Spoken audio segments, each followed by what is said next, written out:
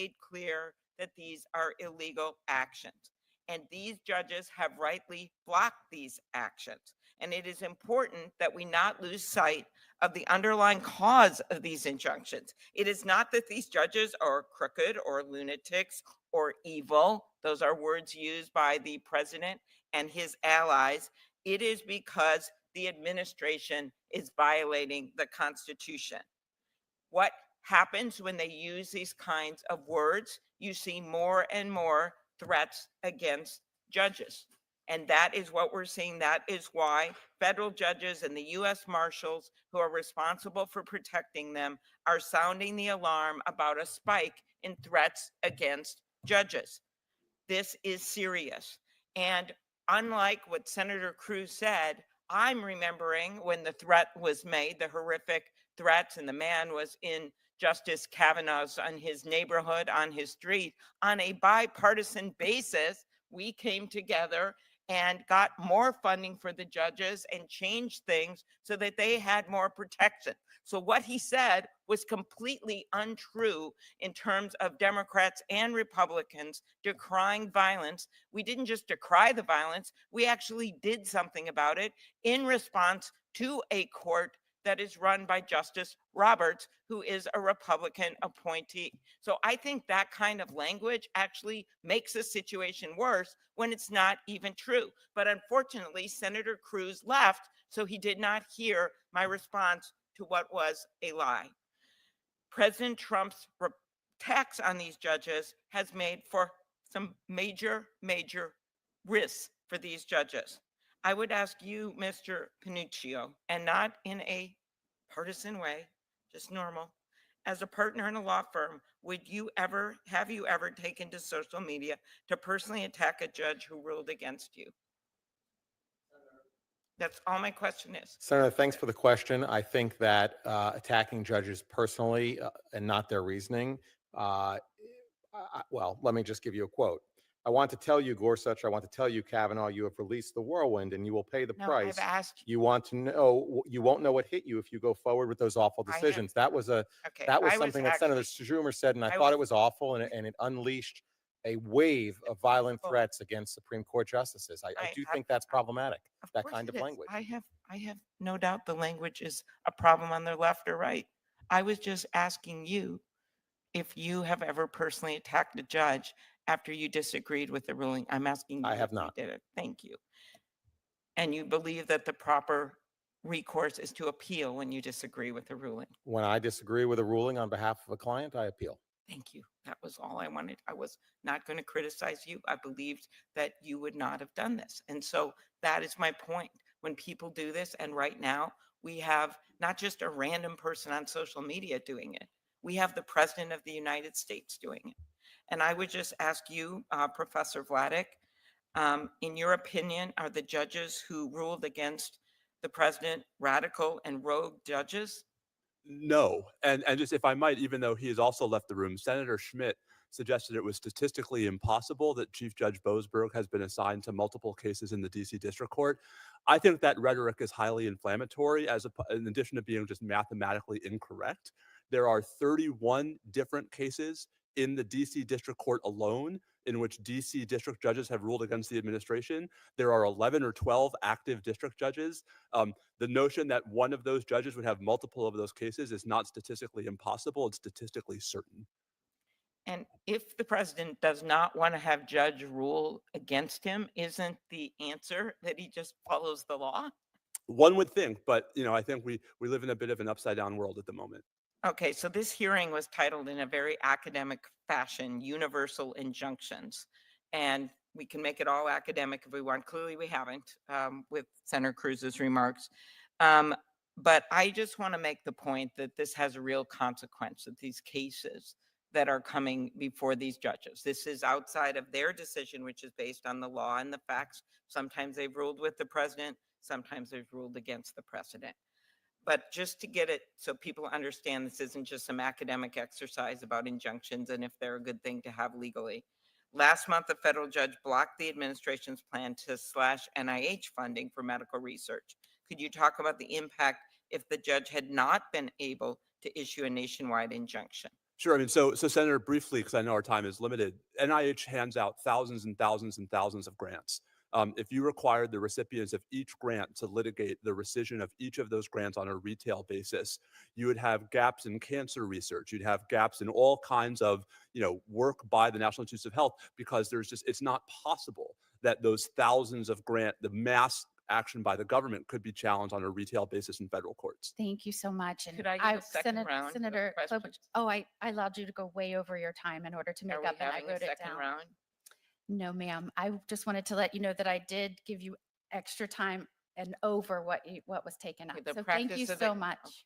I appreciate it. Okay, a lot of times when senators are still here and there is no one else here, they let them have a second round. Absolutely. I'd just like one moment to ask about an issue that Okay, came well, you up should, yes. that is regarding TROs. And I just want to make sure that the committee as a whole has an understanding of TROs, how they are used, so that they can take this into account in the proposed legislation.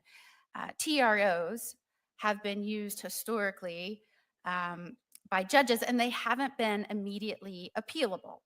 And it is in the proposed legislation that we change that practice through law and make sure that TROs are appealable. Do you think that would remedy some of what is happening today and some of the distrust that certain judges are making partisan rulings? Mr. Panuccio. Thank you, Senator Moody. I do think that when a TRO, well, let me step back. TROs now are starting to look a lot like preliminary injunctions, and preliminary injunctions are immediately appealable. And so it really shouldn't matter what label the court puts on it, whether they call it an administrative stay, a TRO, or a preliminary injunction. If the court is enjoining preliminarily, before a party has proven, before a jury or a judge, entitlement to relief, if they're getting that injunction, it should be immediately appealable, no matter what the label is. And that would make a significant change in court procedure in comparison to how it's been applied historically. It would. There is some very recent scholarship out about how exactly it came to be that TROs are not appealable. But given what's happening, yes, legislation to address it would probably be the most expeditious way. So that seeks to expedite review of some of these cases where judges are issuing nationwide orders. And I want to go back to something that we've heard pretty much on both sides of the aisle today, questions pertaining to executive authority, Article 2 authority, and whether or not that should even be reviewable in some instances, especially as it relates to national security matters. Are there instances to alleviate partisan concerns? And I'm sure as a lawyer, it causes you great concern for the stability of this nation and our separation of powers, that there would be a suspicion of partisan agendas among our judges. That's concerning, correct? We want our judges to be seen as nonpartisan and applying the rule of law only. And would there be an instance where utilizing a 3-judge panel might alleviate those concerns? Thank you, Senator. We have instances of that. There are numerous different kinds of cases where a 3-judge panel, the statutes require that a 3-judge panel is convened, and sometimes it is because the cases are of significant national importance or have some kind of, I don't want to say partisan, but important valence to them in terms of the policy. So we see this in redistricting cases, for example. There are 3-judge panels, so there is a place for 3-judge panels, I think. I will say that I personally don't believe that we should say, if someone seeks a nationwide injunction or non-party relief, it goes to a 3-judge panel, because that would give the validity to non-party injunctions that they're valid if one district judge does it, or 3 or 17. I don't think district courts have that power. But certainly in some instances that might be indicative the public may prefer a 3-judge panel for assurance of impartiality. That might be preferable. Right, or another way to put it is just to make sure that there is greater deliberation among intelligent judicial minds about major issues. So, for example, you could have, in substantive areas, you could say, look, if it's a case about the president's wartime powers, it's not going to go to a single district judge. It's going to go to 3 judges because we'll get the benefit of, 3 times the benefit of judicial reasoning. And even if there were a 3-judge panel, the need for expeditious review would still be important if it is a matter of great national concern or interest. I think expeditious appellate review of cases implicating policies of significant national concern is important. Senator Brett. Thank you, Madam Chairwoman. Want to go ahead and jump in. I know that you've talked about a lot of the issues that I wanted to bring up, but Professor Bray and Mr. Paniccio, I'd like to turn to talking about the Administrative Procedures Act and vacature. And one of the provisions of the Judicial Relief Clarification Act, which I am proud to be a co-sponsor of, amends sections 705 and 706 of the APA to limit relief to the persons before the court. My question to the two of you is, can you discuss the emergence of the APA vacature and in the broader conversation surrounding universal injunctions and the importance of addressing that issue in any legislation that addresses the universal injunction problem that we have before us today? Gladly, Senator. So the Administrative Procedure Act allows challenges and judicial review of agency action. And there is a vigorous debate among scholars about whether the Administrative Procedure Act should be understood as allowing a separate remedy of vacatur. I don't think there is such a remedy of vacatur. There's no traditional remedy called by that name. You won't find it in remedies case books or treatises or anything else. But there's a vigorous debate about that. What I don't think you can really debate is the interaction between vacatur and universal injunctions. So one of the things that we've seen, especially in the Biden administration, is litigants and courts were shifting from universal injunctions to vacatur, especially as appellate courts and some of the concurring opinions from the Supreme Court started to express more skepticism of universal injunctions. And that kind of switch is really important for a legislative solution.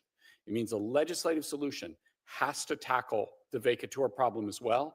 Otherwise, you're just going to play whack-a-mole and you're going to stop universal injunctions and all the same things will be done by courts against agencies, at least, under the APA. Thank you. Thank you, Senator. Professor Bray is the expert on the history of this. I will just say that, as he has said, the issue of nationwide injunctions or vacatur is they're one and the same. At the end of the day, it's the court granting relief to parties not before it. There is the issue of the set-aside language in 706, and I think any legislation that's going to address the issue of non-party relief needs to take that on. To just take on injunctions would then, in most cases, allow courts just to say, well, I'm going to look over here to the APA and do the same thing. Okay, thank you. Professor Bray, I want to get your response to some of the criticism we've heard for those that are opposed to curtailing universal injunctions.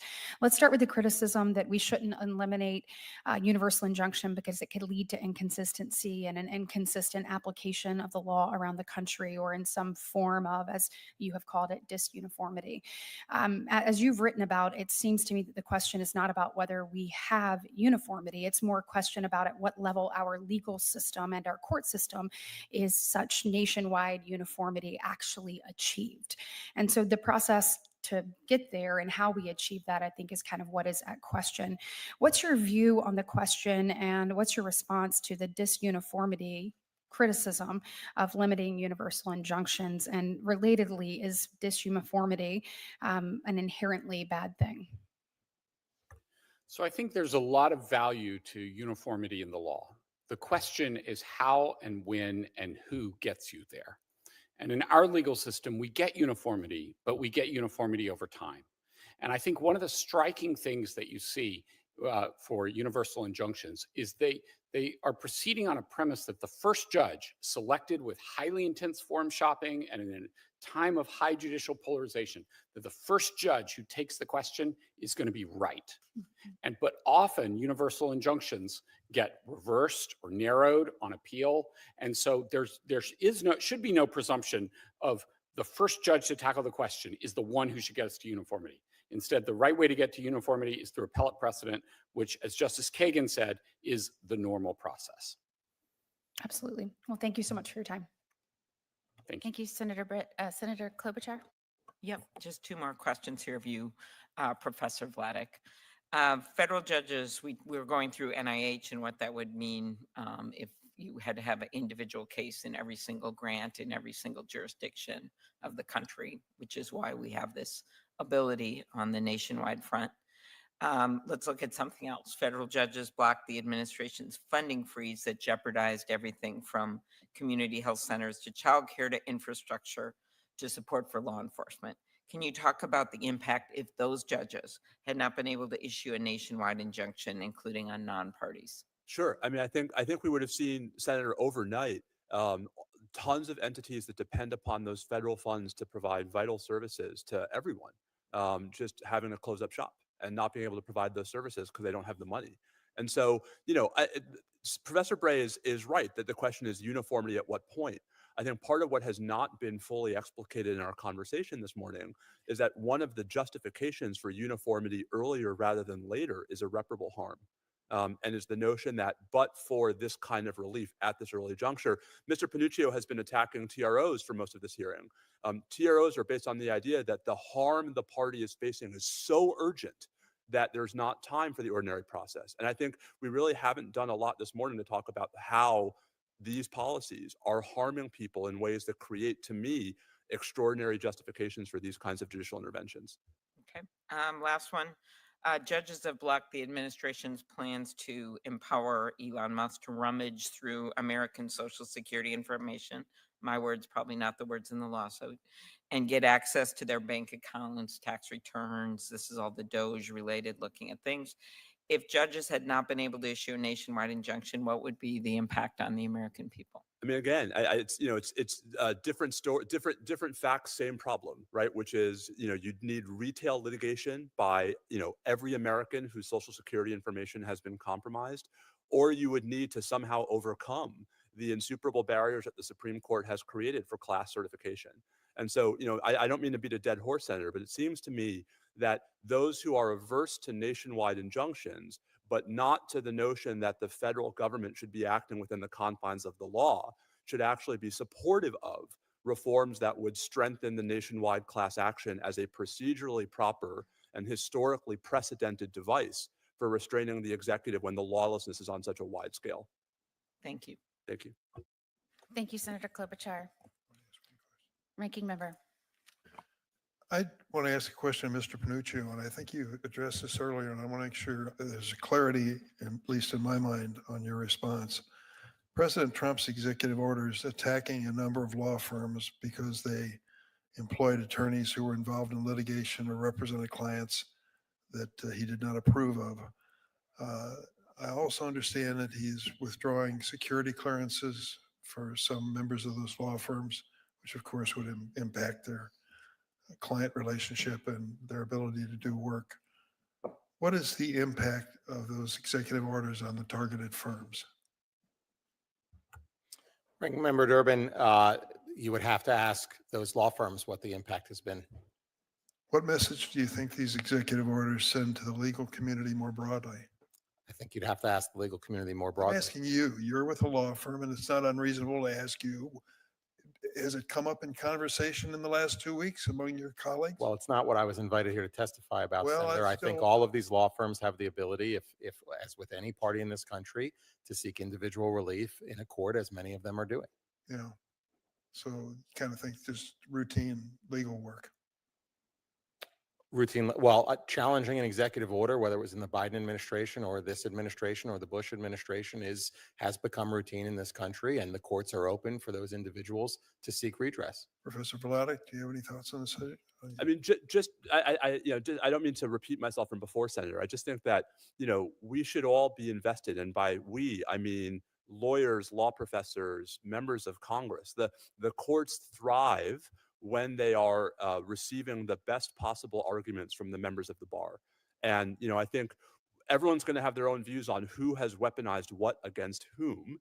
I think the notion that we should be getting to a place where the executive branch is openly threatening law firms in contexts in which those threats are designed to prevent lawsuits against the federal government jeopardizes the very accountability that separation of powers exists to protect.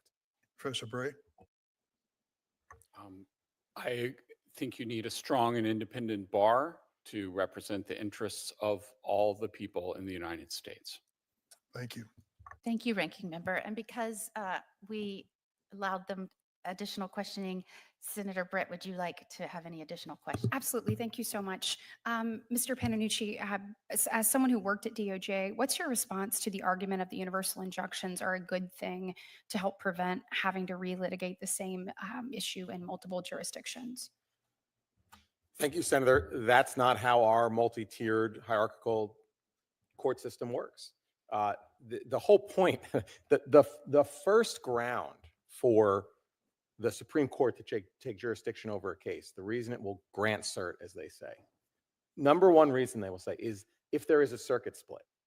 Well, how can we ever have a circuit split if we have a district court, which is lower than a circuit, issue a rule for the whole country? Right. The whole point is we have percolation. We have over 1,000 district judges in this country to apply their judicial reasoning. And Justice Ginsburg, it's in my written testimony, she had a very eloquent explanation of why percolation, why getting different decisions from different judicial minds is important. So it is not within our historical tradition to have one judge set a rule for the whole country and have that uniformity. That's not what our legal foundation is built upon. Absolutely. Thank you so much. I appreciate it. Thank you, Senator Britt. I want to thank the witnesses for your time this morning. I know this has been a long morning, but certainly a topic that is important to this entire country. All eyes and attention is on this right now. So we are so grateful.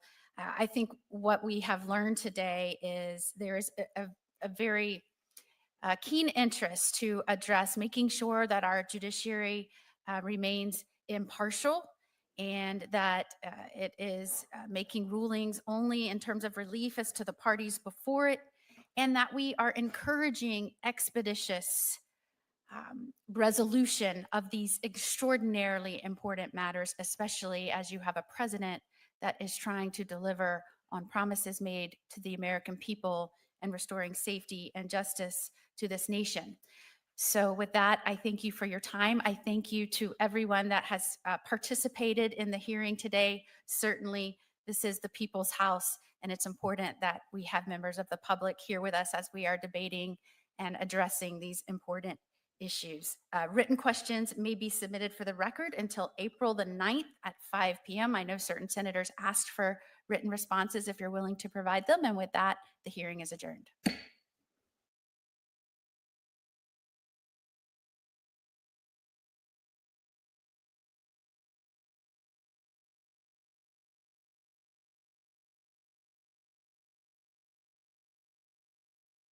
Administration were issued by judges appointed by the opposite political party. This places tremendous strain on the judicial system. Universal injunctions are also unconstitutional.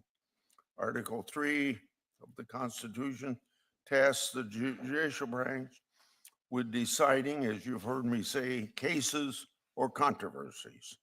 The Supreme Court has long required judges to engage in detailed analysis to ensure that they have authority over a case. They must determine that a party before them has been injured, that the inquiry is traceable to a defendant's conduct, and that the court can do something to remedy it. Now, judges routinely ignore these constitutional limits and issue orders directing government action for the entire country.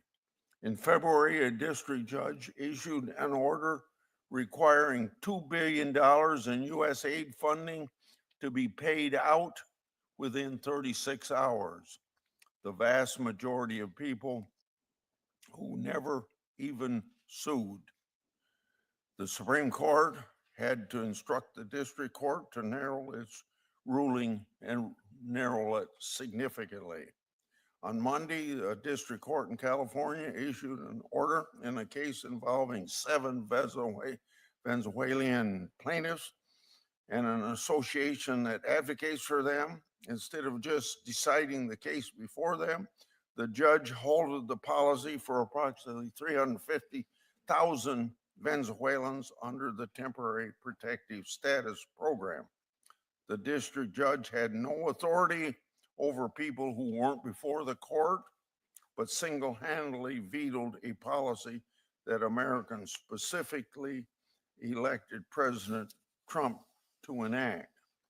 Some people may ask, if universal injunctions are eliminated, how can plaintiffs get relief, especially in cases where it's hard to represent every person affected by law or order? The federal rules of civil procedure provide a solution: class action. This is a powerful legal tool to offer comprehensive relief, and it also contains protections to preserve the rights of parties that are represented in this unusual way. Universal injunctions shortcut all of that.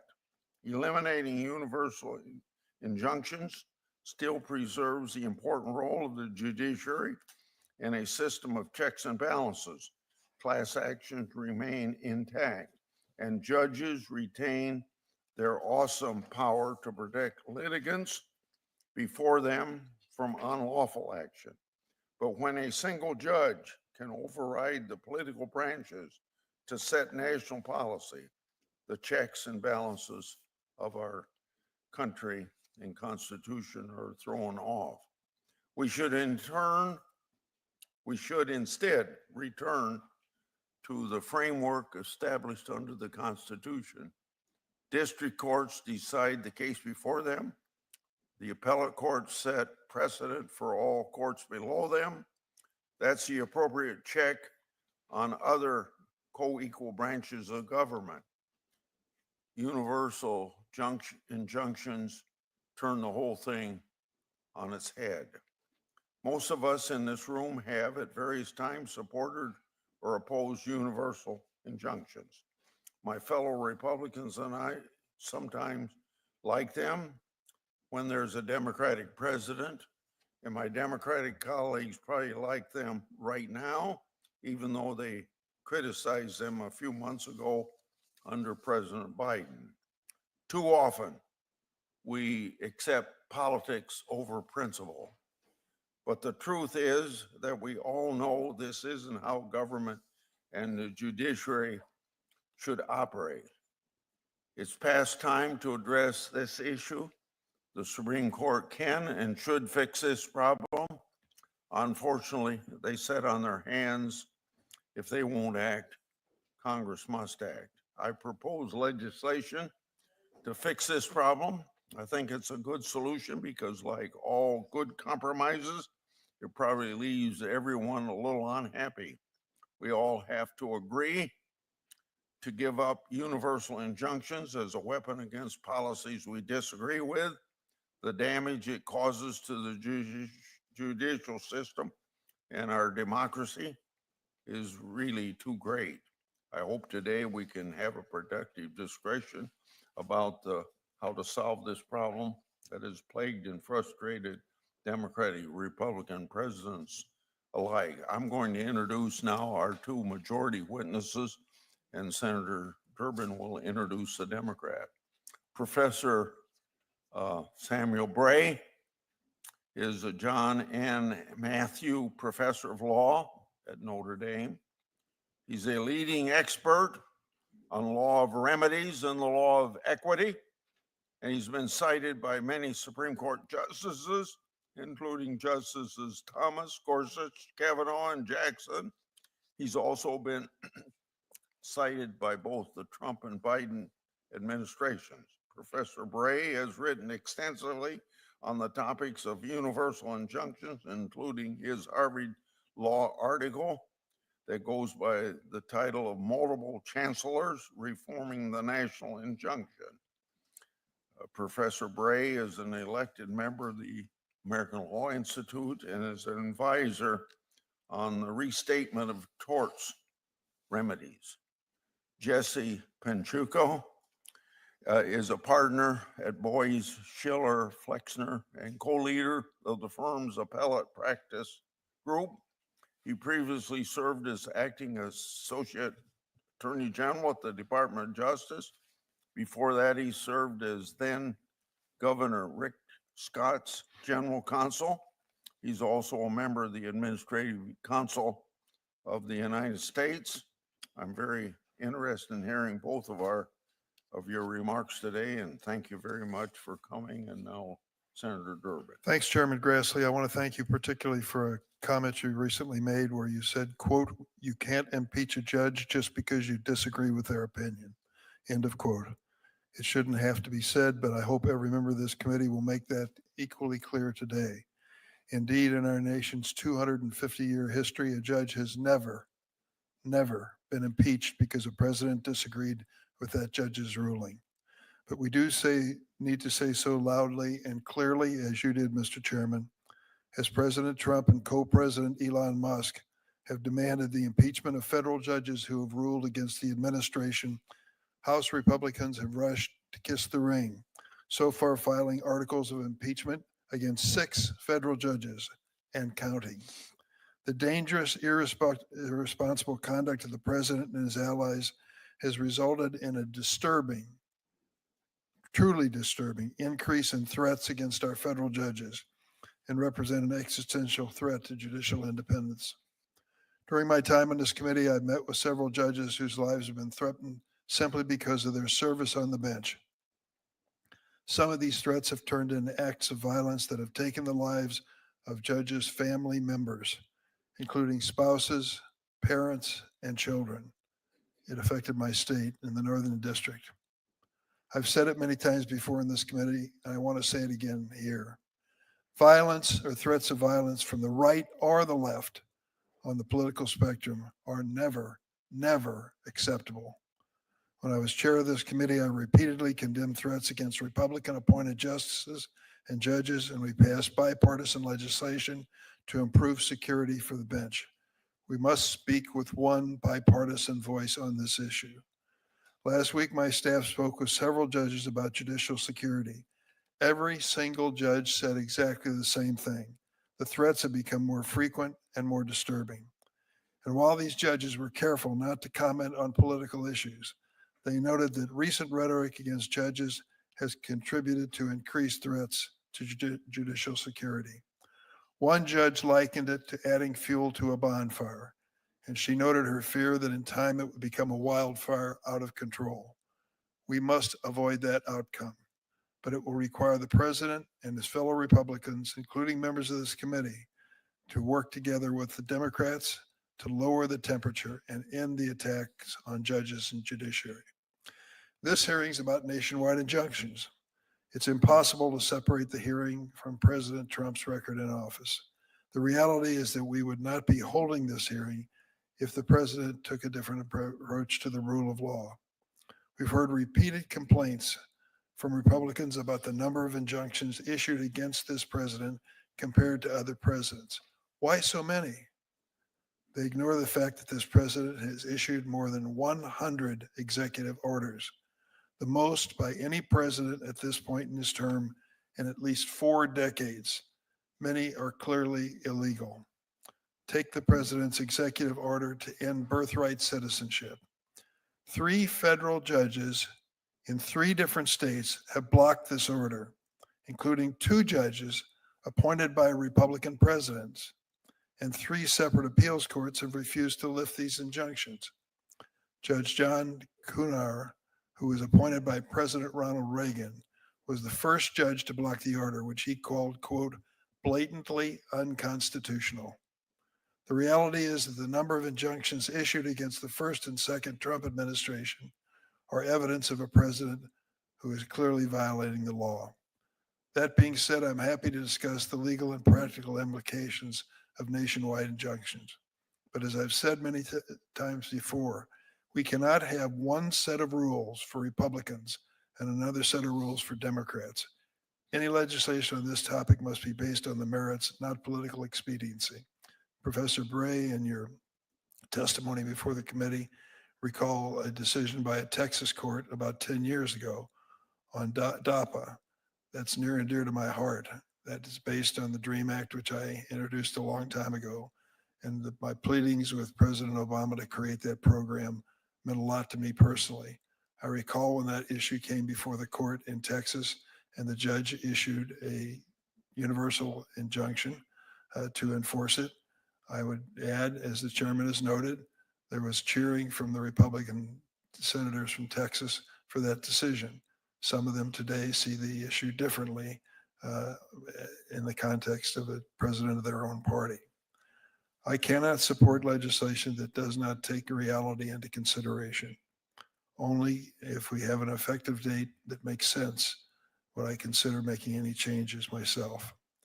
In 1776, in a pamphlet appropriately titled Common Sense, Thomas Paine famously wrote, quote, "In America, the law is king, for as in absolute governments, the king is the law.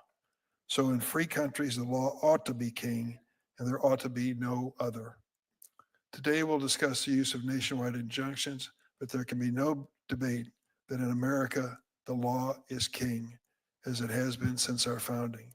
The president is not a king, not even this president, as much as he might wish otherwise. He is bound by the decisions of our courts, just like every other American.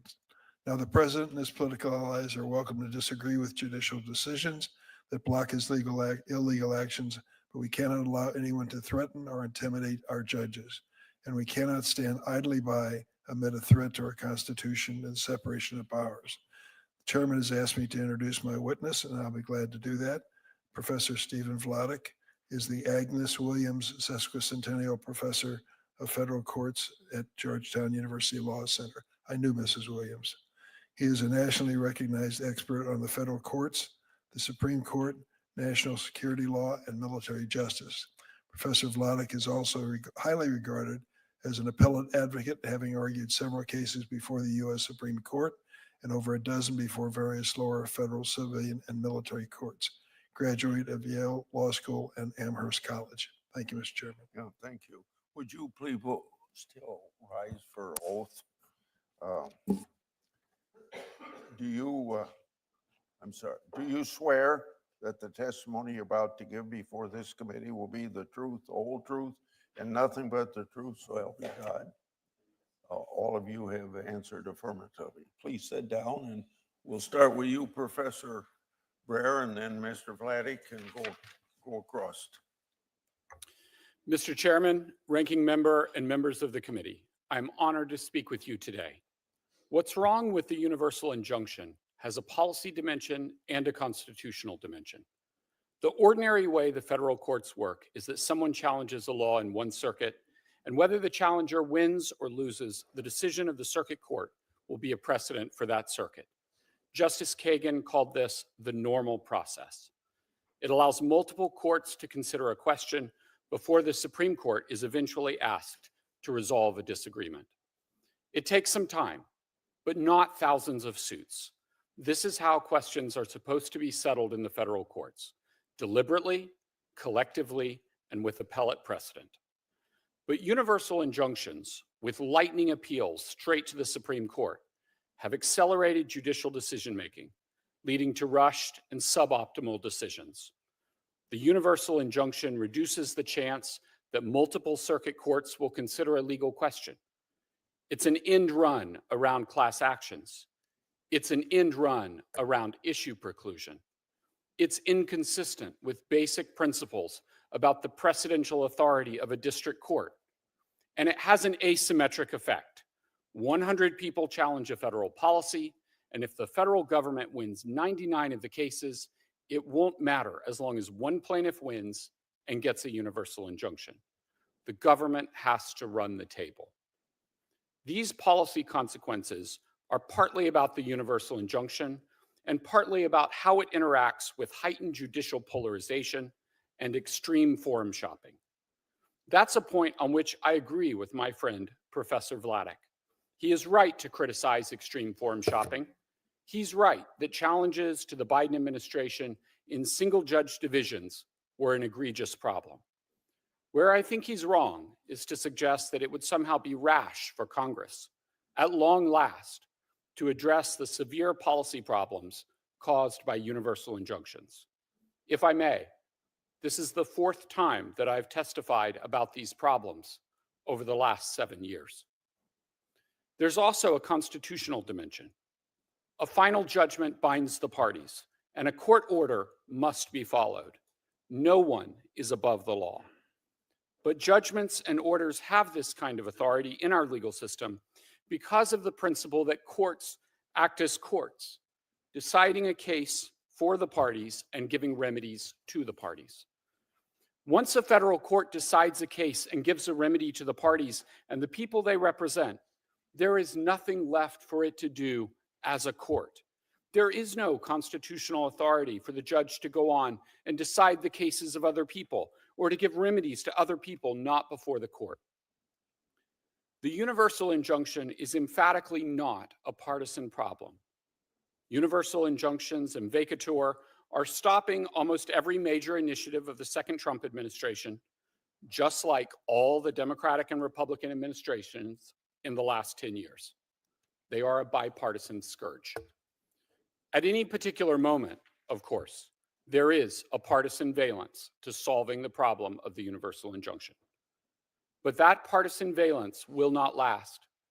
There are no permanent majorities.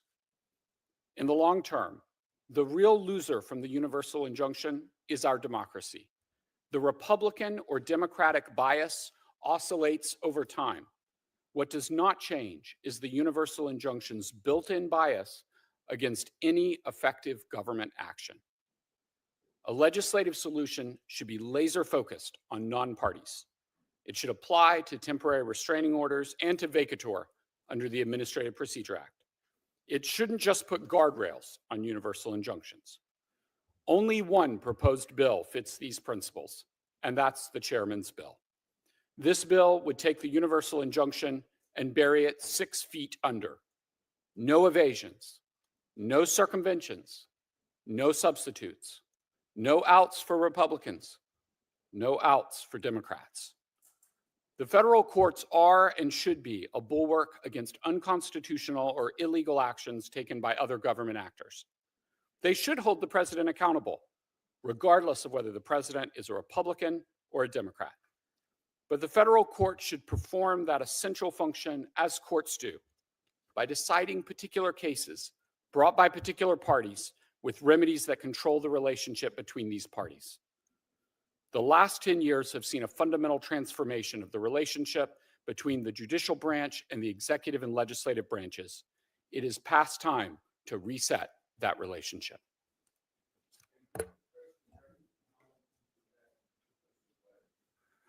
Thank you, Mr. Chairman. Thank you for the invitation to testify before the committee. In my testimony, I'd like to make 3 points about how we got here and then offer some thoughts on the way forward. First, as Ranking Member Durbin suggested, any discussion about nationwide injunctions has to be put into the broader context of the unprecedented moment in which we find ourselves. Substantively, we have a president running roughshod over existing legal constraints to a degree we've simply never seen before. And procedurally, we have a Justice Department engaged in highly partisan and ethically dubious behavior in lower courts that we've never seen from lawyers working for the federal government. Even this committee seems to be of the view that the central problem in these cases is the relief federal judges are imposing, not the lawlessness they're imposing it against. At the risk of bringing data to a mud fight, the reality is not that a small handful of hand-picked judges appointed by Democratic presidents are using nationwide injunctions to thwart the executive branch. As of last Friday, the 46 cases in which district judges have blocked Trump policies have involved rulings by 39 different judges appointed by 5 different presidents of both parties, sitting in 11 different district courts across 7 circuits. That includes 9 cases before district judges appointed by Republican presidents too. Many of those rulings have included nationwide relief, but not all of them. Against that backdrop, it seems to me that this committee should be especially careful not to react to underinformed calls from the president and his supporters, and rather to be focused on preserving the relationship between judicial independence and judicial accountability, rather than taking steps that might undermine it. Second, it's worth underscoring that federal courts have in fact long and routinely issued relief that benefits non-parties and or has nationwide effect. My friend, Professor Bray, already referred to vertical stare decisis alongside Justices Kavanaugh and Barrett. Even Justice Gorsuch, the most visible critic of nationwide injunctions on the Supreme Court, has voted in favor of them at least 11 times since 2020. More than that, anytime a court invalidates a state or federal law on its face, rather than as applied to the specific plaintiffs, it is necessarily providing relief to non-parties, since the law can no longer be enforced against anyone. That's not only well settled, there's no serious argument that it's beyond the federal court's powers. And even nationwide injunctions have virtues that other forms of relief do not. Consider the birthright citizenship cases. Do we really think that parents should have to challenge that policy one child at a time? Would it make any sense at all, even on a broader scale, for the scope of birthright citizenship to differ in Arizona, New Mexico, and Texas, simply because those 3 states fall into 3 different circuits? Of course, a nationwide class action could solve that problem, but it does not strike me as a coincidence that the rise in nationwide injunctions came shortly on the heels of the Supreme Court's evisceration of nationwide class certification. Chairman Grassley's bill alludes to class actions as a preferable vehicle. I could certainly endorse that idea, but tellingly, it does nothing to make them more broadly available, even though Congress unquestionably could do so. Third, it seems to me deeply myopic to talk about the rise of nationwide injunctions without talking about shifts in behavior that have dramatically increased the impact of such rulings, several of which were already referred to by Professor Bray. Don't take my word for it, though. In the last 3 Supreme Court terms, we've seen 5 rulings from the justices reversing nationwide injunctions issued by hand-picked judges in Texas and Louisiana and affirmed by the Fifth Circuit because the plaintiffs in all 5 cases lacked Article III standing. There's no question that nationwide injunctions have been abused, but the abuses in those cases were not about the scope of the relief the courts were issuing. It's only exacerbated by it. And critically, those abuses would not go away even if nationwide injunctions were narrowed or eliminated. Meanwhile, the cost of eliminating nationwide injunctions would be less of an ability to restrain executive branch lawlessness at a moment in American history in which that power has proven singularly vital. So what is to be done? First, if the members' real concern is that the president should have the authorities that courts are denying to him, it seems to me that they could consider legislation to provide those authorities, rather than legislation that would prevent courts from fully and effectively enforcing existing legal constraints. Second, insofar as this committee wants to focus on procedural reforms, it should focus on reducing the ability of individual parties to manipulate the judicial system, not on limiting the ability of courts to hold the executive branch accountable, especially in an age in which Congress has proven less able to do so itself. Finally, if the committee's true goal is to improve the functioning of the judicial system writ large and not just to maximize short-term partisan political advantage, now that a Republican's in the White House, the committee could follow the model of other recent court reform legislation and have any reforms go into effect on or after January 20th, 2029. Otherwise, the message this committee would be sending is that its goal is to insulate an unprecedented degree of lawless behavior by the executive branch from meaningful judicial review, a message I can't imagine this committee wants to send, and one that the separation of powers, to say nothing of the rule of law itself, simply can't afford. Thank you again for the invitation to testify. I look forward to your questions. Chairman Grassley, Ranking Member Durbin, and members of the committee, thank you for the opportunity to testify today. I note at the outset that the views expressed in my testimony are entirely my own and not those of my law firm or any of its clients or any entity with which I am affiliated. Today, the committee considers a recurrent problem in our federal judiciary. The propriety of non-party relief is a question at the heart of our constitutional republic. It is a question that asks whether our federal courts exist to decide cases or to advance causes. It is a question about a practice that renders every judge a king and every court supreme. The statistics show the issue is not confined to one president, one party, or a particular substantive policy. Accordingly, the Department of Justice, across administrations, has consistently argued against granting relief beyond the parties to a case. Just a few months ago, President Biden's Solicitor General explained that, quote, universal remedies are inconsistent with longstanding limits on equitable relief and the power of Article III courts and impose a severe toll on the federal court system, end quote.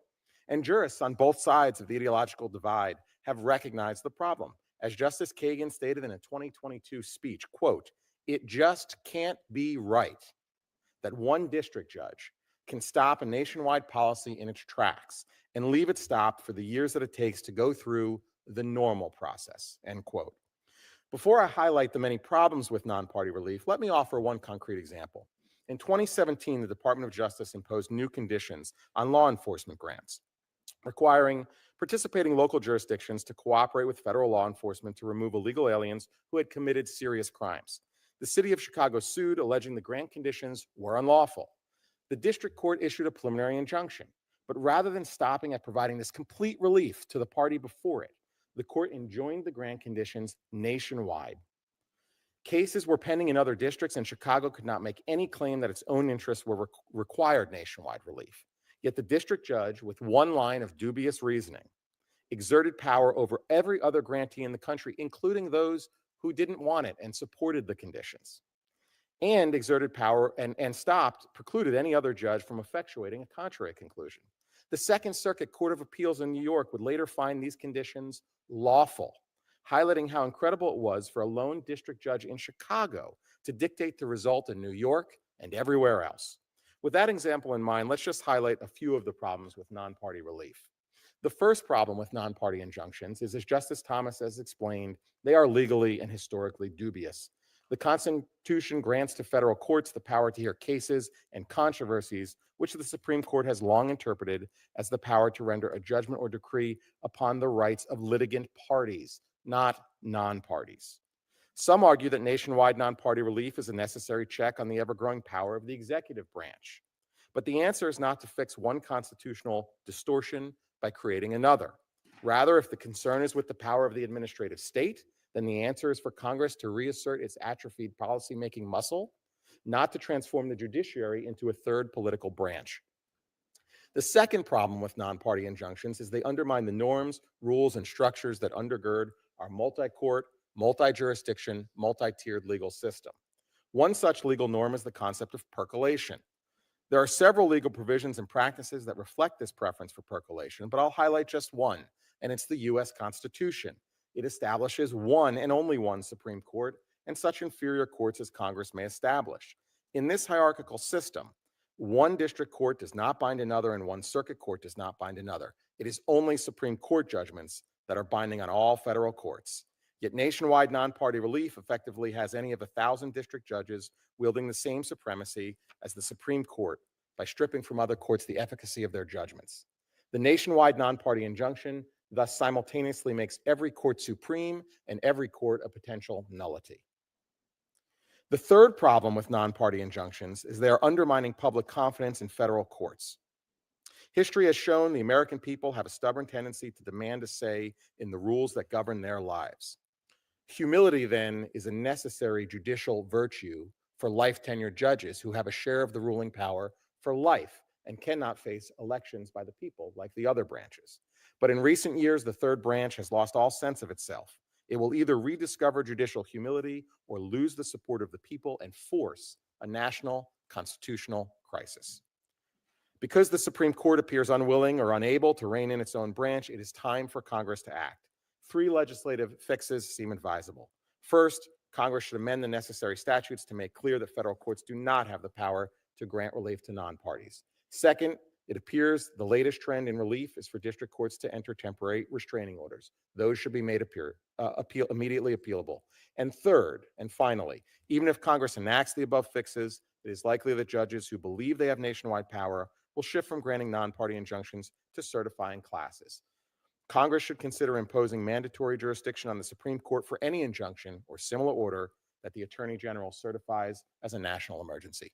Thank you. I look forward to taking questions. Thank you very much. We'll have 5-minute rounds for questions. I'm going to start with Professor Bray. One criticism has been leveled against the legislative solution that I've proposed.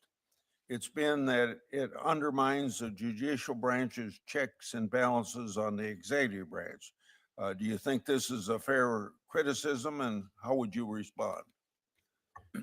Thank you, Chairman Grassley. I don't think it's a fair criticism. I understand where it's coming from because the place of the courts as a check and balance on the executive branch and the legislative branch is very important in our constitutional system. But the way courts do that is by deciding according to the law in particular cases. And then that ripples out to other cases through precedent. That's the way they serve as a check. without fear or favor, following the law in the case. But they serve as a check, as courts do, by deciding cases, by giving remedies to the parties in the case. Mr. Panuccio,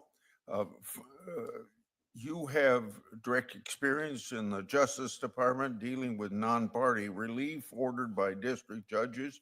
From your perspective, how significant is the problem of universal injunctions to the relationship between the executive and judicial branch?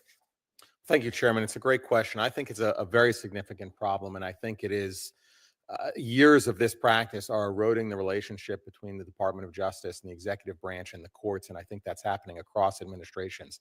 What effectively happens when a nationwide injunction is entered is that every single case, every single policy of the executive branch becomes an emergency that needs to move up the appellate ladder very quickly. And Supreme Court justices appointed by presidents of both parties have noted that the increase in the emergency docket is straining the court, it is straining its resources, and it is also reducing the quality of decision making. And so you are seeing increased friction. And even in these district courts that issue nationwide injunctions, I think you're seeing very unfortunate comments made by some of the judges. There is a real tension between the jurists and the lawyers, and it is undermining the typical relationship between the department and the courts. Professor Bray, you touched on this a little bit in your opening comments. As administrations come and go, the problem of universal injunctions often appear partisan. You've been calling attention to this problem since the Obama administration and have maintained a consistent position across 4 administrations now. From your perspective, is the problem of universal injunctions a partisan one? And then what's the solution? Thank you, Chairman Grassley. I do not believe it is a partisan problem, because it is a problem that has been hamstringing every administration since 2015. The end of the Obama administration, the first Trump administration, the Biden administration, and now the second Trump administration. So if you look at it over time, it's not a partisan problem. At any particular moment, undeniably, it is a partisan problem and has a partisan valence. But legislation should not just be about the moment. Legislation should be about the long view. And I think the only fair way to do this is to knock out the weapon of the universal injunction for everyone. Take it away from Democrats, take it away from Republicans, because what it really strikes at is our ability to have democratic self-government and effective government action by the federal government. Mr. Panuccio, in your written testimony, you said that it's important to pass legislation to make temporary restraining orders against the government appealable. The legislation I propose does that. Can you expand a bit more on your views here? What are temporary restraining orders, and why is it important that they be that they're appealable? Thank you, Chairman. It's an important question because the latest trend in non-party relief appears to be courts entering what's called a temporary restraining order instead of a preliminary injunction. Now, in my experience as a litigator and in my years as a lawyer, a TRO is supposed to be a very short-term order from the court when it is impossible for the court to hold a hearing with both parties, and it might enter, for example, a 24-hour TRO until it can get a hearing on a preliminary injunction, an actual hearing with adversaries arguing the facts and the law to the court. But what we're now seeing is the courts are entering these TROs, which can under the rules last for up to 2 weeks and then be extended for another 2 weeks. And the issue is that the courts have interpreted TROs to not be appealable. Now, that may be a dubious interpretation, but that is the law of the land right now. And so it is effectively allowing district judges to insulate themselves from review. So it's bad enough that we have district judges saying, I am a ruler for the entire nation. But now they're saying, they're not elected, so the people can't have a say. They're also saying that the appellate judges who are supposed to oversee my decisions, I don't want them hearing it either. So let me enter a TRO instead of a preliminary injunction or some other immediately appealable order. So I do think it is virtue of your bill, Chairman, that TROs or any other similar order would be immediately appealable. Senator Durbin, I've asked Senator Moody to take over for me while I go to another meeting. So She's very strict. you proceed. Yeah. Thank you, Senator Moody. Thank you, Mr. Chairman. So, Professor Bray, I'm going to ask you to stick with me for a second here and talk about possibilities. Along comes President Trump and decides that the following sentence doesn't make sense. 14th Amendment, Section 1. All persons born or naturalized in the United States and subject to the jurisdiction thereof are citizens of the United States and of the state wherein they reside. So the president decides one of his 103 executive orders will eliminate that language, the language of the Constitution, and question whether or not birthright citizenship is legal in America. Cases were filed. One judge, a Ronald Reagan appointee, said the efforts by the administration are blatantly unconstitutional. If you accept the normal process which you described to us, how should that case be handled if we've done away with the universal application of decisions? Thank you, Ranking Member Durbin. I think that's an excellent example of how the courts are supposed to work. The courts are going to decide the cases. In every single one, the courts will say there's birthright citizenship under the Constitution. There will not actually even be a disagreement between the circuit courts, and there won't even need to be a decision from the Supreme Court. So what you'll see is distributed decision-making across the federal judiciary that will resolve the question. But assume the alternative, that there is a federal judge in some state, I'll pick one, Texas or Louisiana, who says, I think the president's right. I believe birthright citizenship is unconstitutional. So you have a case in controversy and it affects only the cases filed in that district? Well, it wouldn't affect just the cases filed in the district because a district court judge actually has no precedential authority even within a district. There's no ability for a district judge to. Well, let me amend my comment. Circuit. Yes, with it, if a district judge took that position and then it was affirmed by the Court of Appeals, then what you would have is a circuit split between different circuits, and the Supreme Court would resolve that circuit split. And then what the Supreme Court would have is a range of different judges from different geographical places with different ideologies, different generations, all speaking to the same question. And that puts the Supreme Court in a position to do its best work. I don't think that particular legal question needs to be in doubt, but just because one branch goes beyond its constitutional bounds doesn't mean the judiciary should go beyond its. So I guess my question is, in light of individuals personally affected by this, pregnant women as an example, we just have to let the process play out? Is that what you suggest? There are ways to get a faster decision. As Professor Vladeck noted, you could have a national class action. But I think the basic commitment, I recognize there can be a human cost there, but the basic commitment of our legal system is you don't get an immediate right decision right away. It takes time. It's like the old carpentry adage, measure twice, cut once. And that's the kind of legal system we have. Professor Vladeck? I mean, I think it's worth underscoring the human consequences that my friend just kind of brushed right past, because if it takes 3 years for that circuit split to get to the Supreme Court, you're going to have 3 years where in large parts of the country, children born to undocumented parents will not be citizens. Some of those children could be subject to removal by the United States on the ground that they are not citizens. It is not possible for the federal courts to order those folks to be brought back. And so that relief that Professor Bray holds out as possible 3 years later is of no help to the children who were citizens under the Constitution, but who were removed in the interim.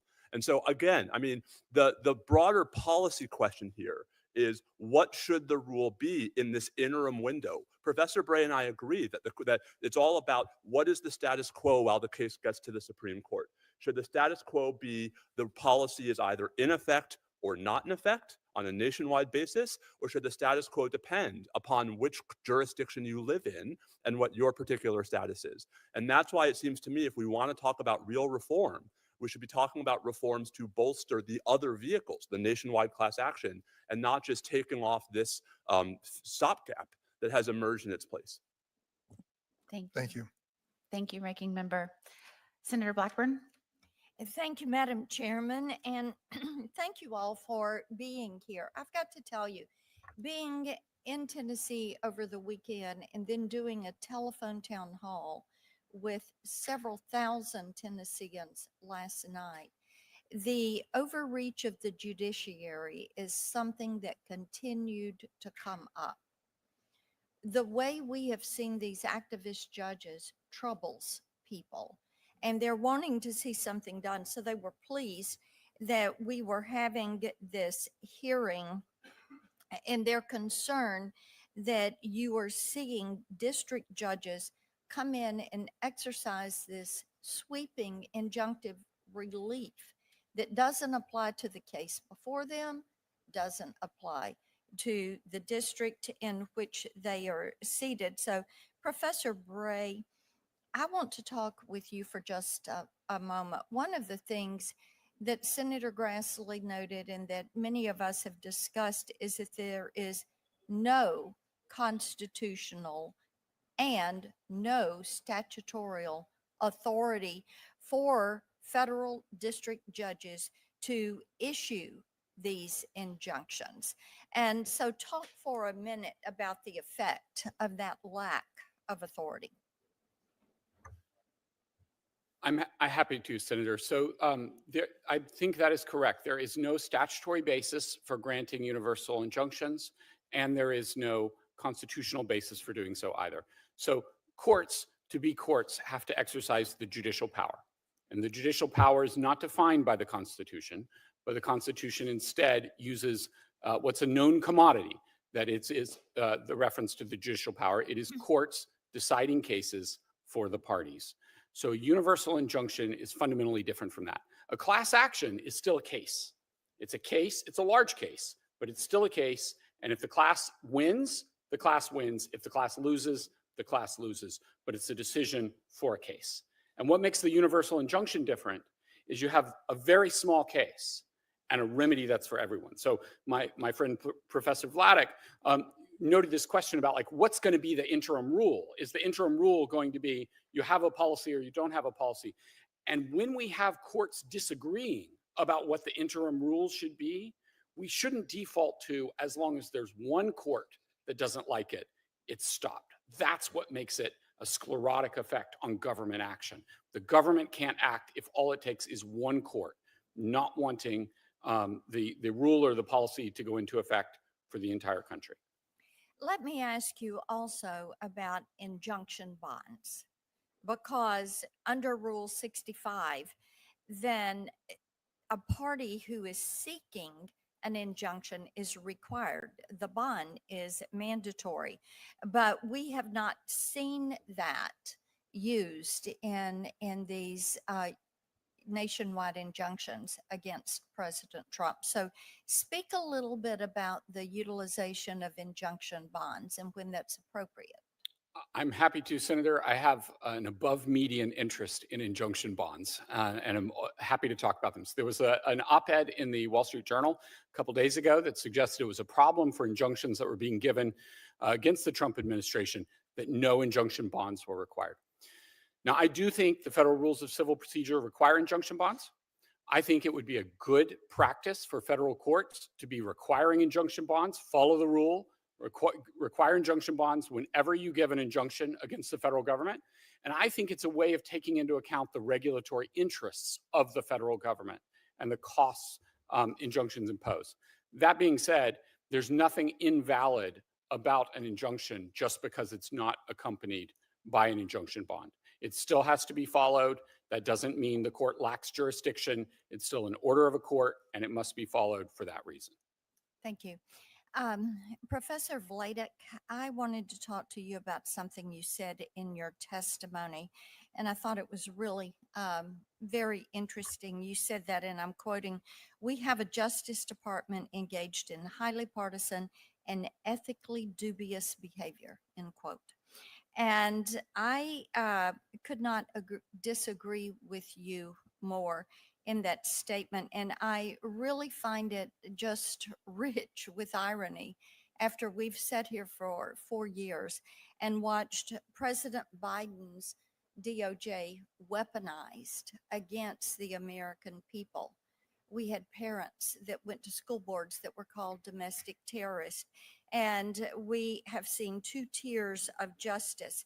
So you can submit for me in writing, since my time has expired, your explanation of why the Biden DOJ was not highly partisan, and you have assumed that the Trump DOJ is. Can I briefly Thank you, respond, Senator Madam Black. You Chairwoman? can submit that in writing. Thank you, Senator Blackburn, and we'll turn it over to Senator Padilla. Thank you, Madam Chair. Professor Vladek, good to see you. Just wanted to take a moment to follow up on something that you discussed in your opening testimony. Now, there's members of the committee, primarily on the other side of the aisle, that are trying to claim that there's a few radical judicial activists standing in the way of President Trump's agenda. But just as in his first term, it seems that the president's disregard for the law is actually the biggest thing standing in the way of his agenda. So I want to walk through some of the statistics again with you.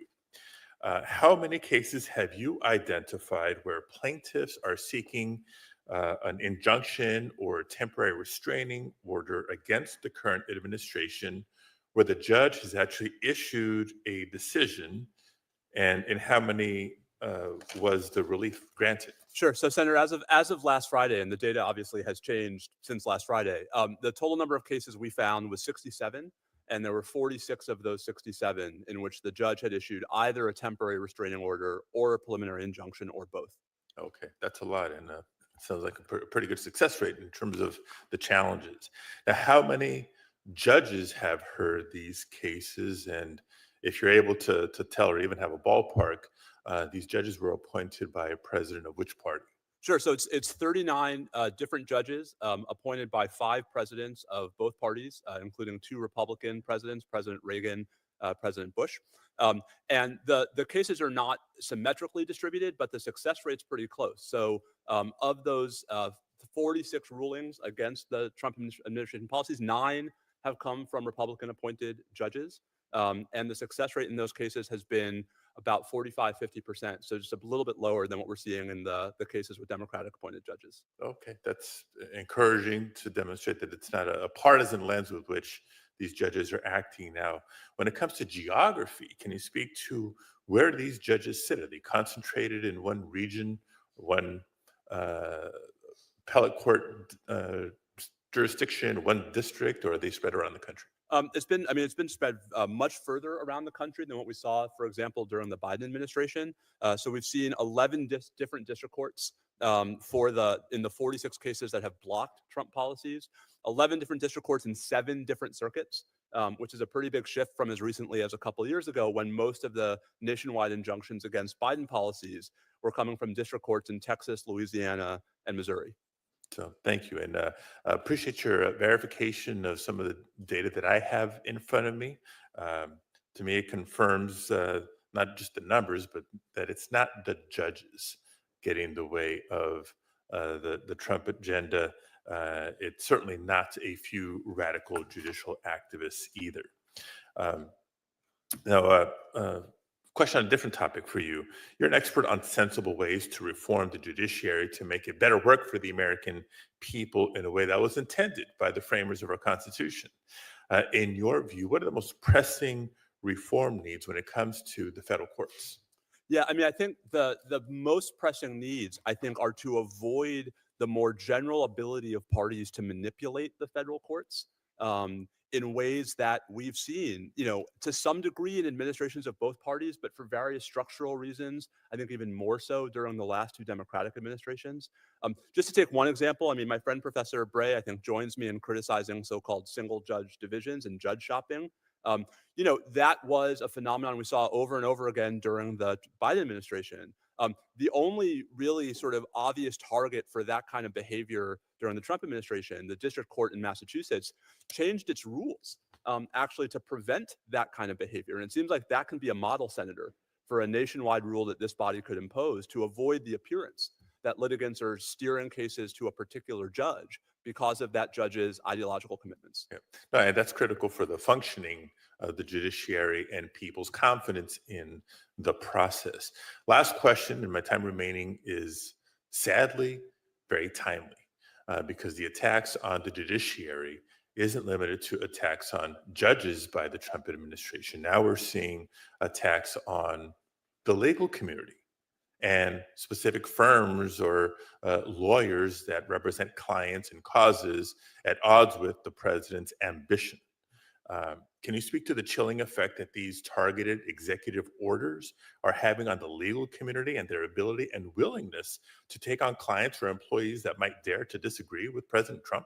Yeah, I mean, I think we're seeing a chilling effect, Senator, in some of the law firms that are, making these agreements with the president to not represent particular clients, to devote hundreds of millions of dollars to pro bono litigation in support of the president's agenda. That kind of distortion is a problem, not because of Democrats versus Republicans. That kind of distortion is a problem because, as the Supreme Court itself explained in 2001, meaningful access to lawyers is actually central to the ability of the courts to play their essential role in our constitutional system. Thank you, Mr. Vladeck. We appreciate your testimony. Thank you, Senator Padilla. Thank you. Just following up on that, I mean, is there agreement among the three of you that dealing with forum shopping would be beneficial for the judiciary and for the strength of the rule of law? Do all of you agree on that?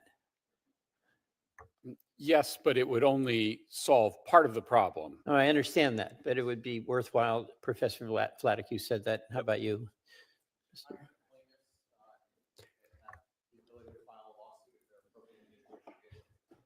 Excuse me.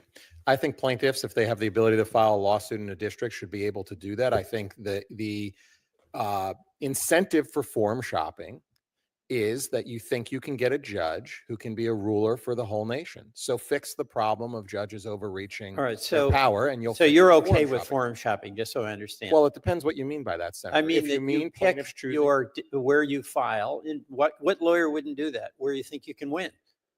Well, there's all kinds of reasons right, why lawyers choose to file in different districts. It All could right. be because Okay. of I convenience of think I got your witnesses. answer. But judges. Two against to reform that, and one thinks it's fine. The next thing, just this practical question of a class action lawsuit versus an individual suing. I mean, I'll ask you, Professor Bray, because you're talking about class actions, and I support class actions. There's been a lot of debate within the committee about whether they're useful or not, and a lot of pushback on the use of class actions. But there's an enormously increased burden on the plaintiffs in order to get class certification, is there not? Senator, with respect, this bill, the chairman's bill, would leave class. I'm not actions. asking about the chairman's bill. I'm just talking, I'm a lawyer. Somebody comes in, birthright citizen is the claim. I'm a small town lawyer. That's what I was, White River Junction. I say, you know what, you're right. Let's take the case. I'll do it. But if I have to go get a class certified, just tell me the steps I have to go through for getting that class certification, as opposed to just taking my client who came into my White River Junction office and we go to the federal district court in Burlington. So class certification does require more steps, but it's entirely appropriate given that what you're seeking is a remedy to represent everyone. No, then you should- I'm talking, I understand that it's appropriate. I'm just talking about what is the practical burden in terms of cost, in terms of what kind of legal power you have to have, as opposed to a single lawyer who has a single client who comes in to see me and wants relief. What's it going to cost for me to do a certification for class, as opposed to me just filing and paying the filing fee at the federal district court? So I do agree, Senator, that there are more requirements, and that means more attorney hours and more costs. Right. So I agree with that, but it is also matches the scope of the relief sought. And All so it really is. No, a matter of I privilege. get that, but there's an acknowledgement here that it's a much bigger deal. You know, one of the wonderful things about our justice system is that an individual who is harmed can come into a lawyer, and that lawyer may take it pro bono. But if you have to have the resources of a major firm, it's a much bigger uphill challenge to get your day in court. Second thing, we've got a situation here with the courts that's unprecedented. And we've got a real debate on both sides of the aisle about who is weaponizing the court. I understand that. But do you, Professor Vladeck, have a view about whether the and by the way, let me just give a context. The context that we're in right now is the separation of powers in 3 co-equal branches of government. And my view is that the legislature is essentially ceding authority to the executive, and that's very dangerous in the long run for the well-being of our democracy. That's my point of view. I'm not asking you whether you agree or don't. But I'll ask you, Professor Bray, what do you see as the impact on the rule of law when the executive orders the Justice Department to dismiss a corruption case against the mayor of New York City in order to get his cooperation on a executive policy on immigration? The rule of law applies to all 3 branches, and each one needs to act consistently with the law. That includes the executive, and also, for the subject of the hearing today, that includes the courts. I am with you in thinking that it is an imperative for every branch. I know that, but I'm talking something that real world. This happened. We got a major corruption case against the mayor of New York City, and it was dismissed for political reasons. Does that conform to your view of how the rule of law should operate? No, it does not. Thank you very much. Thank you, Senator Welch. Thank you, Madam Chair. I was struck by the questions on the law firms and the approach of President Trump to try and bring them back to the table of working with this administration. I was struck, I found some of that ironic, and the questioning, Mr. Panuccio, and welcome, great Floridian from the great free state of Florida, considering the way the law firms approached any conservative lawyer that was coming out of the last administration and the treatment of such. I thought it was very ironic.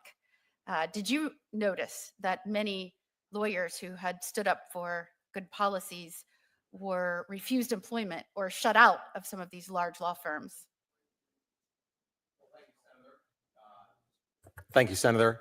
I'll be circumspect in my answer here just because I'm here to testify on universal injunctions. However, I think it's an open secret in Washington that if you work for a Republican administration, you face a much harder job market coming out than if you work for a Democratic administration. I don't think anyone doubts that to be the case generally over the years, not just specific to the Trump administration, but going back to the Bush administration and others. And you often now hear people say, well, if you take that job, you may never work again. I think that happens much more often with Republicans than Democrats. And it reflects that, law firms, like many institutions in this country, are overwhelmingly weighted in one direction politically than the other. Mr. Panuccio, you have long been an academic, so to speak, on many of these challenges we see with nationwide injunctions. And I appreciated your testimony, specifically when you quoted Justice Kagan, appointed by a Democratic president, when she said, it just can't be right that one district judge can stop a nationwide policy in its tracks and leave it stopped for the years that it takes to go through the normal process. And what struck me by that is this term normal process by someone who would know how long it takes to go through the normal process. And that basically means, it could mean the 4 years that an entire term that a president is in office. Isn't that right? A full appellate process to the Supreme Court could take several years, yes. But Senator, I would say, to coin a phrase, this is what democracy looks like. The founders at the Philadelphia Convention considered turning the judiciary into what was called a council of revision, which would mean the judiciary had a chance to review laws and policies of the legislative or executive branch before they went into effect. And the founders decided against that. And they said the judicial power is cases and controversies among the parties. The whole point of democracy, the whole point. point. Let me just stop you right there. I want to focus on the normal process, the years it would take to go through the normal process, meaning let's take for a moment that we can rightfully change the law to make sure that the decisions apply to the parties before the court only.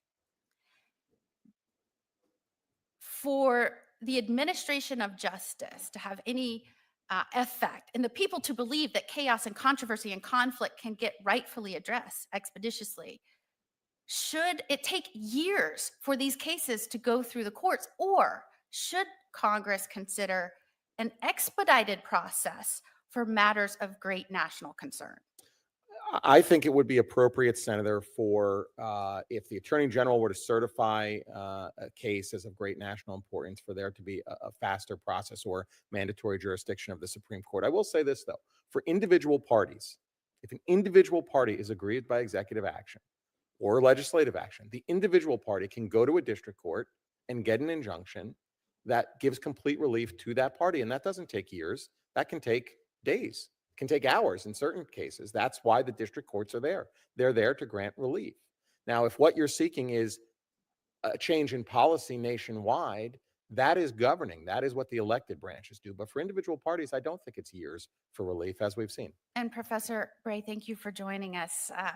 As a former judge myself, as someone who has great reverence for an independent and fair judiciary, it concerns me that the public in general, based on what we're seeing in the numbers, and I thought it was really interesting when we say 46 injunctions or orders that have gone against this administration, 9 were by Republican judges. Do you believe that limiting the relief sought to the parties in front of the court will help alleviate this idea that these are judges acting in a partisan nature? Thanks, Senator. I do think it will reduce the appearance of partisanship because you get decision-making by more judges across the country instead of one judge giving an injunction to decide the question for the whole country. So you believe the proposed legislation from Chairman Grassley would address bipartisan concerns? Absolutely. Senator Hirono? Thank you, Madam Chair. This is a question for Professor Bredar. Professor Bray noted in his testimony the concern about extreme foreign shopping, especially in single judge districts. So I think you're familiar with a bill that I had introduced, which I intend to introduce once again, about the Stop Judge Shopping Act. It was not motivated by a concern about nationwide injunctions, but here we are. I think it has relevance.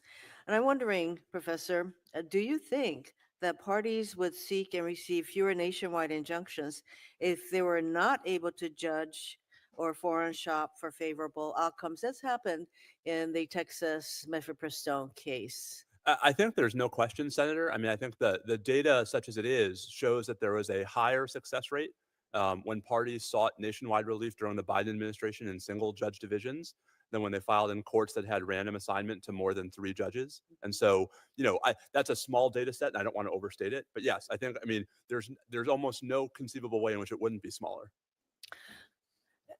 So that would be, in my view, it would be a fair, I suppose, way of addressing the concern over of nationwide injunctions. So, I mean, I would say, if I might, 2 things. The first is that I think distributing assignments would at least mitigate the allure of nationwide injunctions in cases in which the median judge might not issue it. I mean, Professor Bray referred before in the birthright citizenship case to his confidence that any judge would block this order. The issue is not those cases. The issue is cases where the identity of the judge might be dispositive. So that's piece Right. one. Especially in single judge districts. This is again for you and perhaps Professor Bray. I'm trying to understand the practical effect of Chair Grassley's proposed legislation, wherein where you limit the relief that a court can grant to only the parties before the court. So I would like to know how, in a case like the mifepristone decision, how the relief granted would apply only to the parties before the court. So, I mean, I think it's even more powerfully illustrated, Senator, in the birthright citizenship cases, because in a context in which you had, say, individual non-citizen parents, or even, a group of non-citizen plaintiffs, say in Northern California, seeking to block the birthright citizenship policy, an injunction that only ran to them would be of no benefit to non-citizen parents in Southern California, in Oregon, or anywhere else in the country. And so you would need litigation, on a retail nationwide basis to ensure that that these parents could have confidence that when their children are born in the United States, they're born citizens. So you're saying that multiple lawsuits must be filed to obtain the relief Unless if Senator, we're going to go with what is in Senator Grassley's bill, that the relief will only be granted to the parties before it. There are certain issues that certain cases where it wouldn't make sense well, and so Senator, to limit it that right, way. unless, and this goes back to the chairman's opening statement, unless you were in the same bill to reinvigorate nationwide class actions, unless you were to effectively trade nationwide injunctions for a reinvigorated nationwide class action where you'd be able to show that all non-citizen parents who are, who have a childbearing age, right, are affected by this order. Professor Bray, do you want to I would love weigh to. in? Yes, I would love to. Thank you, Senator. So I think the mifepristone case is a great example. You couldn't really have an injunction to protect the plaintiff's interests there because the plaintiffs didn't have standing. But what the case shows is Well, let's say that the plaintiffs did have standing. What the case shows is the lack of fit in so many of these cases with universal injunctions between tenuous, narrow standing claims, including DAPA, the original 2015 one, the tenuous, narrow standing claims and massive universal relief. Okay, and that's not the way I'm saying that let's say that the standing issue was overcome, and then you have a court that says what the FDA did not comport with the APA, and can that court limit that holding just to the plaintiffs before him or her? Well, in that sort of case, the court should adjust its remedy to whatever the injury is. So you'd have to have a real specific injury to then tailor the injunction to it. And in a case where you don't have one, you can't really have an injunction tailored to the remedy. Tailored to the injury. So we'd have to hypothesize an injury and then hypothesize an injunction that matched it. Thank you, I realize Professor my Bray. time is up, but my point is that I think there are some concerns about the approach that the chairman is taking in his bill. Thank you, Thank you. Senator Hirono. Senator Hawley. Thank you very much, Madam Chair. Thanks to all of the witnesses for being here. Let's just start by talking about the need to be here today and the fact that what we are seeing happen in district courts is, historically speaking, really unprecedented until recent years and completely out of sync with our constitutional system. You alluded to this, Mr. Panuccio, the way that our founders designed our constitutional system. Mr. Bray, Professor Bray, let me just start with you. According to your scholarship, when's the first time that a district court issued a universal non-party injunction of the kind that we're talking about today? I think the first one is 1963. There is historical debate about when they started in the 20th century, but I think that would be the first one. But they certainly are not traditional in equity before then, and they were a peripheral backwater until 2015. So 1963. So the Republic is 200 years old almost by the time we get the first district court issuing a universal injunction binding parties who are not before it. And even then, as you just alluded to, then there's this period of quiet where they're really not issued until the 21st century, until the 2010s. Is that correct? That's correct. And then we see this explosion, as you can see in the chart behind me. In the Bush years, Bush 43, we have 6 universal injunctions binding non-parties. In the Obama years, we have 12. You referenced one of those cases, Professor Bray, in your opening statement, your written statement. And then under Trump in his first administration, 64 universal injunctions binding non-parties, 14 under Biden, and now 15 under the second Trump administration in 1 month alone. Mr. Panuccio, let me just come to you. Tell us why this pattern that we're seeing here, and there's a clear partisan valence to it, but there's even more of a recency valence. This is something that just did not happen until very, very recently. Why is this so distortive to our federal system? Well, thank you, Senator. It's distortive because it has judges operating outside their constitutional role. They are exerting policymaking power over the whole country. And the issue is this: we are a republic. Those who get to exercise policymaking power, like yourself, like this body, have to face the electorate every 6 years, 2 years, 4 years, whatever it is. Judges do not. We gave them life tenure so that they could be insulated and make decisions without fear or favor. But we limited the judicial power to cases and controversies, just the party before them. And in my written testimony, I note that Hamilton said it's the least dangerous branch, but he had a caveat: only if they exercise the judicial power. If they range beyond it, then it can be the most dangerous branch. And the public's confidence will be undermined because they have no chance to get rid of these judges because they have life tenure. They don't want to be ruled by kings. They want to be ruled in a republic where they have a vote. And here's my concern is that this pattern of, I think, abuse, this pattern of out of control behavior that we're seeing that's illustrated on the graph that's behind me is not decelerating, it's accelerating. And now we're seeing it not just with injunctive relief, we're seeing it in other orders, other procedural forms that are deliberately designed to insulate the judges, the district courts from appellate review. Temporary restraining orders. You mentioned this, Mr. Panuccio. All of a sudden, we've seen a huge uptick in just the last few weeks in district courts issuing what looks a heck of a lot like a nationwide non-party injunction, but it's styled as a temporary restraining order. Now, Mr. Panuccio, if I were a judge who wanted to insulate myself from review, why might I choose the temporary restraining order vehicle to do it? Why is this happening? Because, Senator, under current precedent, TROs, temporary restraining orders, are not immediately reviewable, unlike a preliminary injunction. So if you are a judge who believes a policy is unlawful and you want to exert power nationwide and you don't want anyone to review, the voters certainly won't. The only people who can do it are appellate judges. So you issue a TRO, then you extend it for another 2 weeks, and for at least a month, you can't be touched by the appellate courts. And has this happened in the last few weeks? It has been happening. We've seen straying beyond the typical preliminary injunction to TROs and other what are being called administrative stays, which also appear to be unreviewable.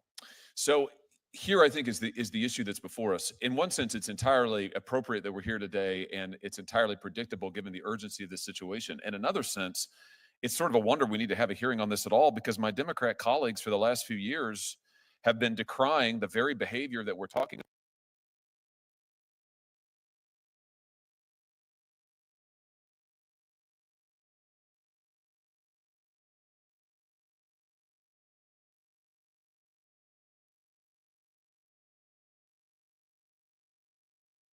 A straight comment to the press. This is heard at the Supreme Court. A court of equity may grant relief only to the parties before it.